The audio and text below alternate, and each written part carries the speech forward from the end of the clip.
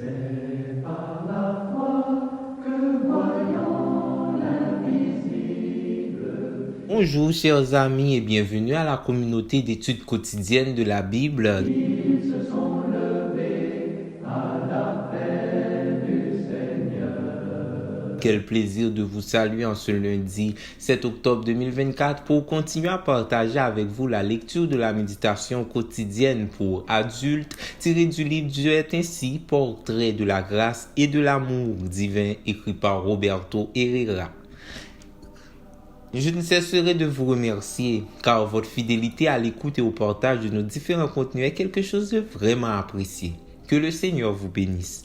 La méditation du jour est intitulée « Dieu vous récompense au centuple ». Il recevra le centuple et héritera de la vie éternelle. Matthieu 19, verset 29.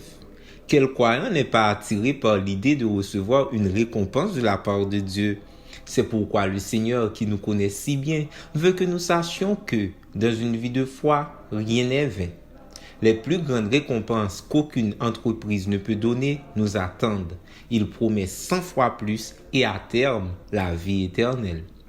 Donner une récompense pour avoir été fidèle par la foi est une des façons dont Dieu nous montre son amour.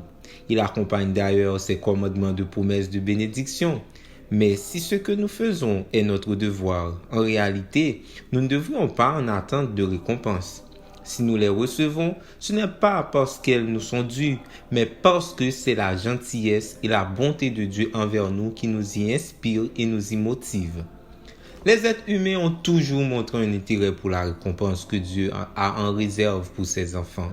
L'apôtre Paul aimait par exemple parler de la merveilleuse couronne de justice qui, selon ses paroles, lui était réservée et que le Seigneur, le juste juge, lui donnerait ce jour-là. Et non seulement à lui, mais aussi à tous ceux qui auront gardé son apparition. Voir 2 Timothée 4, verset 8. S'adressant aux anciens, l'apôtre Pierre a dit « Lorsque le souverain pasteur paraîtra, vous remporterez la couronne incorruptible de la gloire. » 1 Pierre 5, verset 4. Pour sa part, Jacques écrit à ses lecteurs sur la couronne de vie que Dieu a promise à ceux qui l'aiment. Voir Jacques 1er, verset 12. Et Jean, le disciple bien-aimé, a envoyé à l'église de Smyrne de la part du Christ le message suivant. Sois fidèle jusqu'à la mort, et je te donnerai la couronne de vie. Apocalypse 2, verset 10. Tout indique qu'on trouve le thème de la récompense que Dieu donne à ses enfants dans toute la Bible. Le Christ lui-même l'utilise pour encourager l'Église et les chrétiens individuellement. Les apôtres le croyaient, l'attendaient et le prêchaient. Il en a été de même à l'époque des patriarches et des prophètes.